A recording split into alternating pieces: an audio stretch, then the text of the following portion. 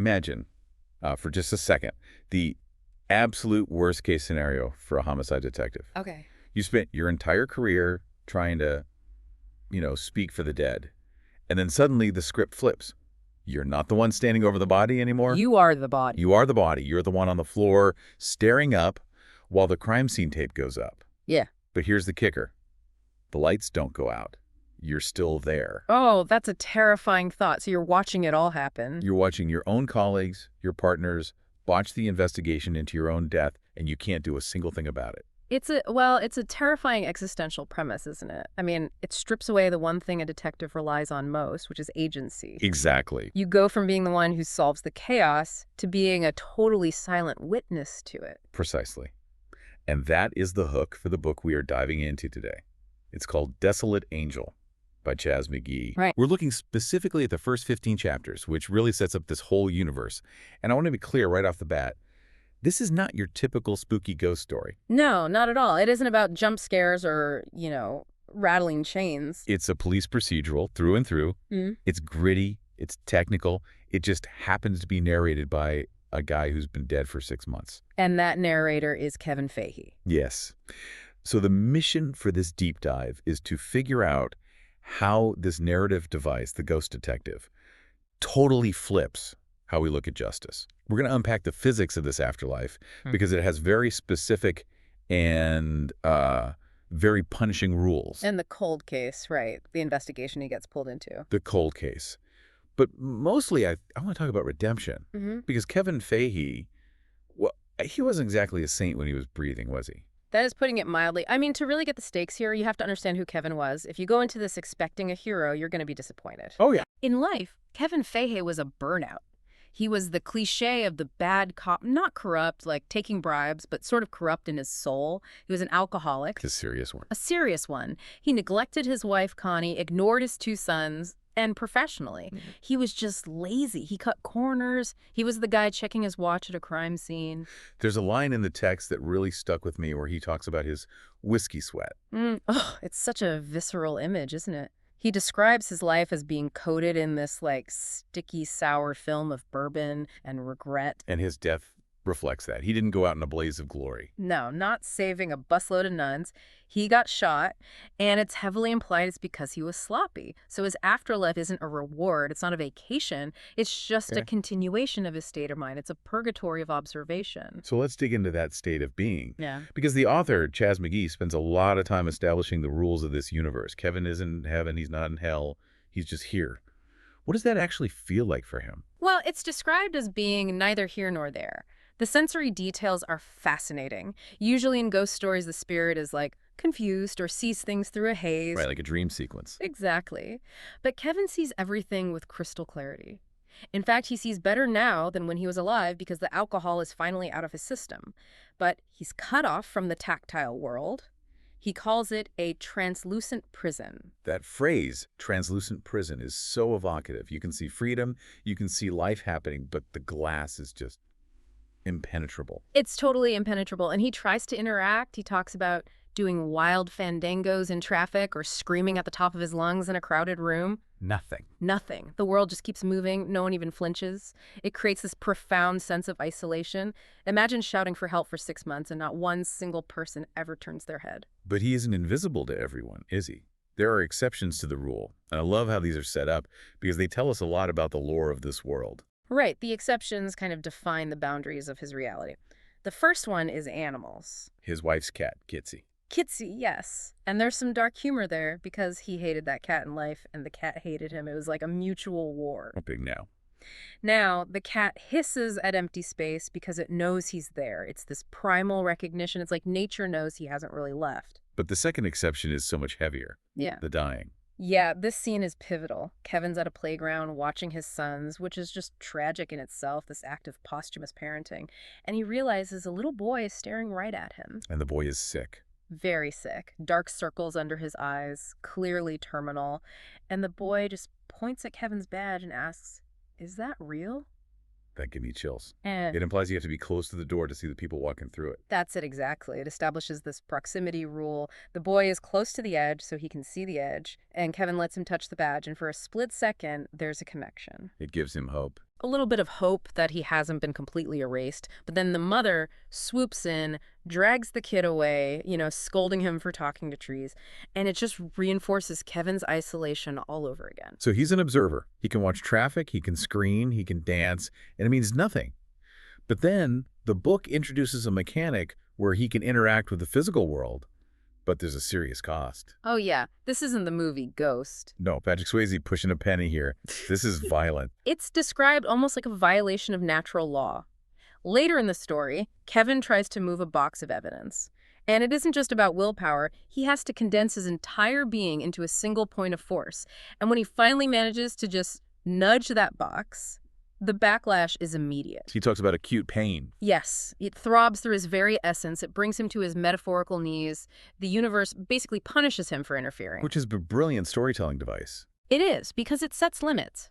If Kevin could just throw coffee mugs around or type on a keyboard, he could solve the murder in 5 minutes. The pain ensures that he only intervenes when the stakes are absolute life or death. He has to ration it. Okay, so we have the character, a regretful drunk. Yeah. We have the rules, invisible, numb, but with this capacity for painful intervention. Now comes the inciting incident, the thing that pulls him out of his wallowing. He gets a visitor. Alyssa Hayes. Alyssa Hayes. And this is where the police procedural just slams right into the supernatural. Kevin's hanging out in his old backyard, probably feeling sorry for himself, and he sees this young woman, but she's not. Right. What do you mean? She has the scars of her death etched onto her spirit. A half-moon scar, bruises. She's wearing the trauma of her final moments. And Kevin knows her. This isn't some random ghost. He knows her case. Alyssa Hayes was murdered 4 years ago. It was a high-profile case for him and his partner, Danny Bonaventura, and they solved it. Right. They arrested her boyfriend, Bobby Daniels. Bobby Daniels was convicted. He's in prison right now. So when Kevin sees Alyssa's ghost, he just assumes she's there to haunt him or accuse him. But she isn't. She's a messenger. She leads him somewhere. She reaches out. And interestingly, he can feel her hand, ghost to ghost, and she leads him to this desolate field near an old quarry. And what they find there, I mean, this changes everything. This shifts the genre from a ghost story to a full-on serial killer hunt. It really does. They find a new body, a fresh kill, a young woman named Vicky Meeks. And as Kevin looks at the body, remember he still has his detective's eye, he sees the signature. Gill slits? Ugh, it's a horrific detail. These parallel, precise cuts on the thighs and torso. They look like shark gills. This isn't a crime of passion, this is surgical. It's ritualistic. And Kevin recognizes it immediately. Instantly. Because Alyssa Hayes had the exact same injuries. The same injuries that they ignored or overlooked 4 years ago? The same injuries they probably attributed to the boyfriend in a rush to just close the case. But here's the logic problem. Bobby Daniels has been in a maximum security cell for 3 years. He couldn't have killed Vicky Meeks. So the math is terrifying. If Bobby's in jail and the killer is still out there, then Kevin and Danny put an innocent man in a cage and let a serial predator roam free to hunt for years. that's a gut punch. It hits Kevin like a physical blow. He realizes his laziness, his desire to just wrap it up and get to the bar. It didn't just bend the rules, it destroyed one life and ended another. This moment is the engine of the entire book. Right. His quest isn't just to catch a bad guy anymore. No, it's to wash that stain off his soul. But he can't file a report. He's dead. So he needs a proxy. He needs someone in the living world to do the legwork. And he's got 2 options. His old partner, Danny, or his replacement, Maggie Gunn. Let's talk about the old guard first, Danny Bonaventura, because this guy, Oh. talk about a cautionary tale. He's basically the ghost of Kevin past. That's a perfect way to put it. He's still alive, but Kevin describes him as being dead inside. He is everything Kevin was, but worse because he's still doing it.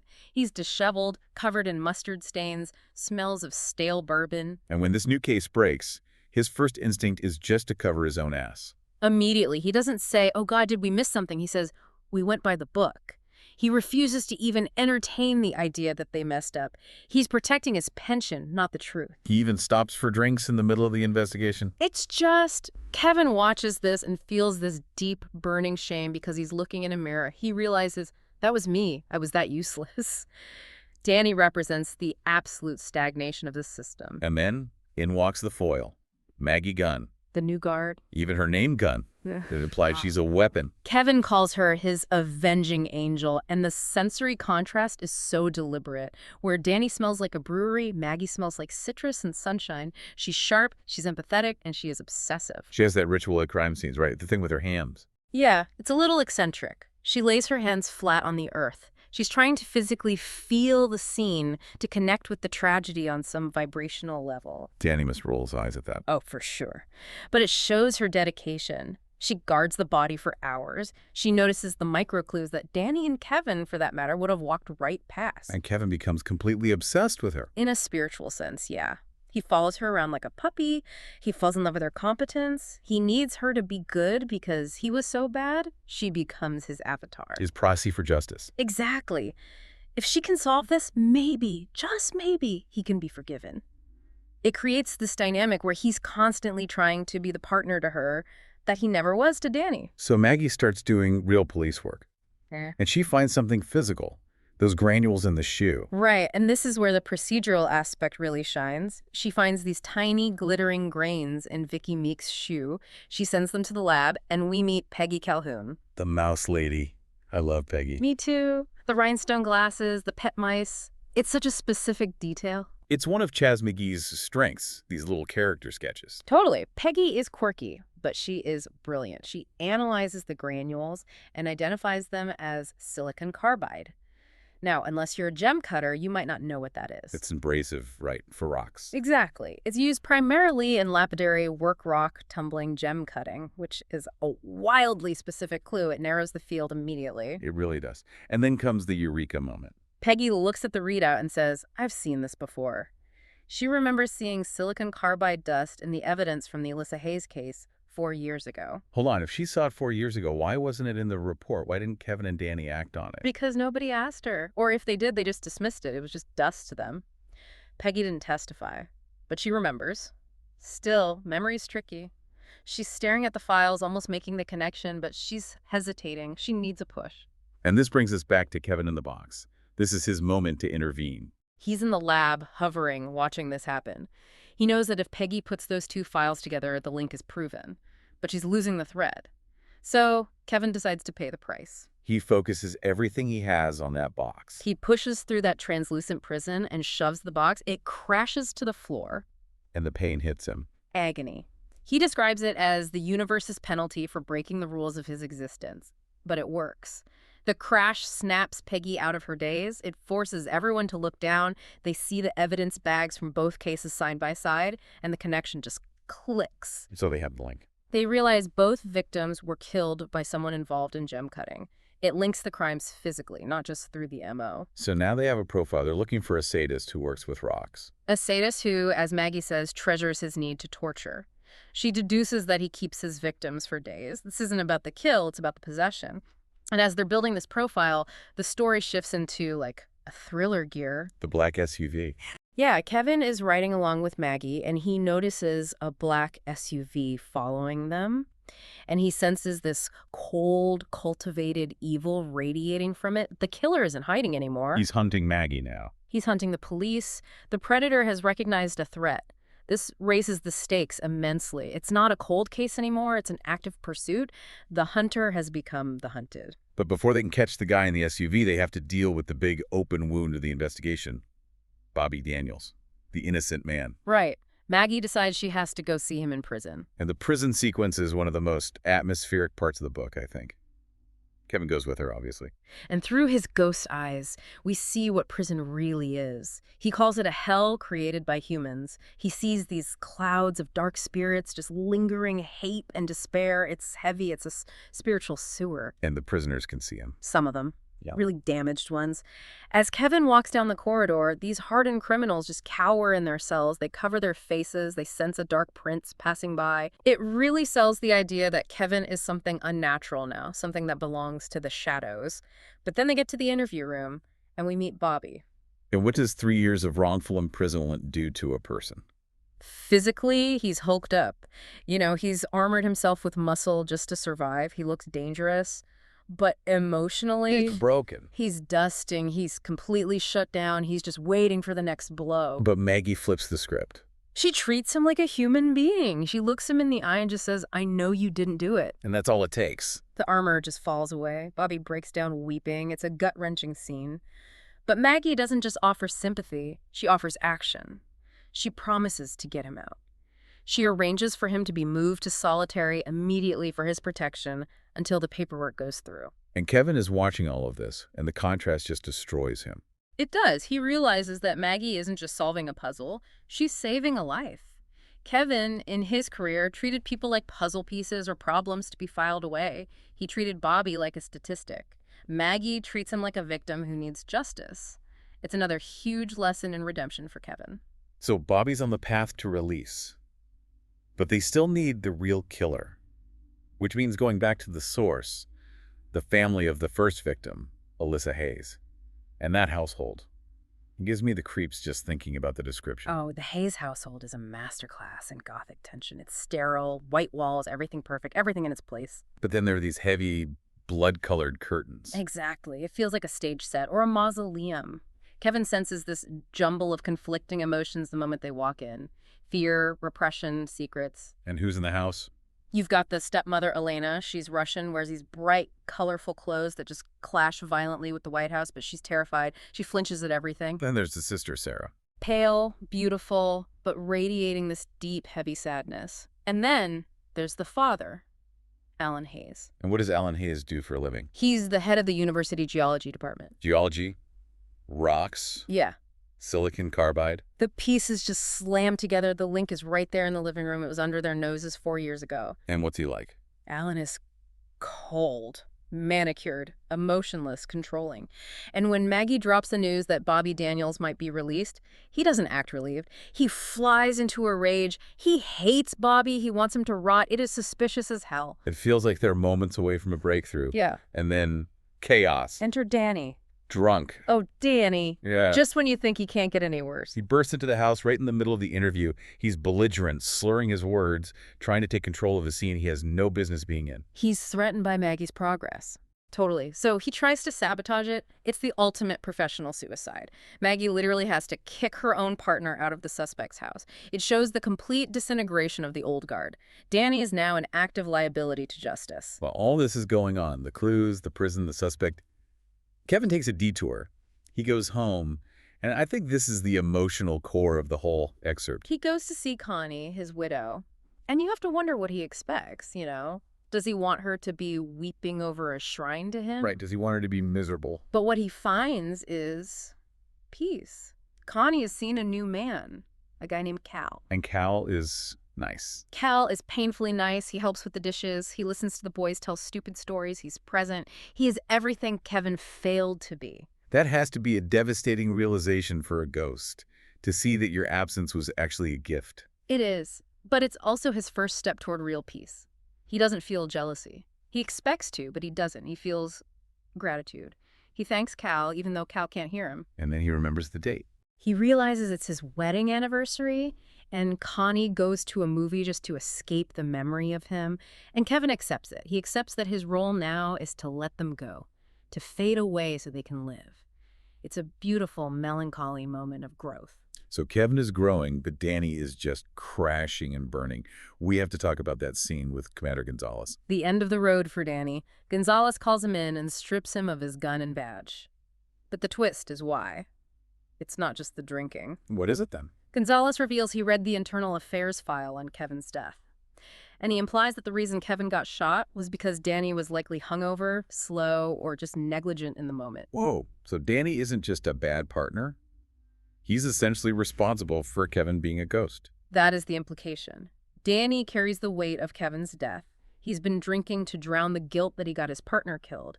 He gets put on permanent desk duty. It's a professional death sentence. So you have this stark parallel. Perfect parallel. Kevin is dead, but he's finding a new purpose, a new drive. Danny is alive, but he's lost everything. He is the living dead, while Kevin is the dead with a purpose. So as we wrap up these first 15 chapters where we left, the board is set. The race is on. Bobby Daniels is getting out, which is a victory, but it also puts him in the crosshairs. The real killer, who is likely connected to the Hayes family, is actively stalking Maggie in that black SUV. The investigation is wide open. Wide open. And Kevin has transformed. He started as a passive observer, just wallowing in self-pity. Now he's an active participant. He's accepted the pain of intervention. He's accepted the loss of his family. He has one goal left: protect Maggie and nail the monster he let slip away. It really forces you to think about the whole concept of legacy. We usually think of legacy as, money you leave behind or your kids. But this book suggests your legacy is also all the messes you didn't clean up. Absolutely. It poses a very direct question to the reader. If you died today and you had to hang around and watch the fallout, would you be proud? Or would you be like Kevin, desperately trying to nudge evidence boxes to fix your mistakes? That is a heavy thought to chew on. Desolate Angel takes the standard whodunit and turns it into a who is I, and that's why it's worth the read. It's a redemption arc with a body count. Couldn't have said it better. That's it for this deep dive into the afterlife of Kevin Fahey. We'll see you on the next one. Take care.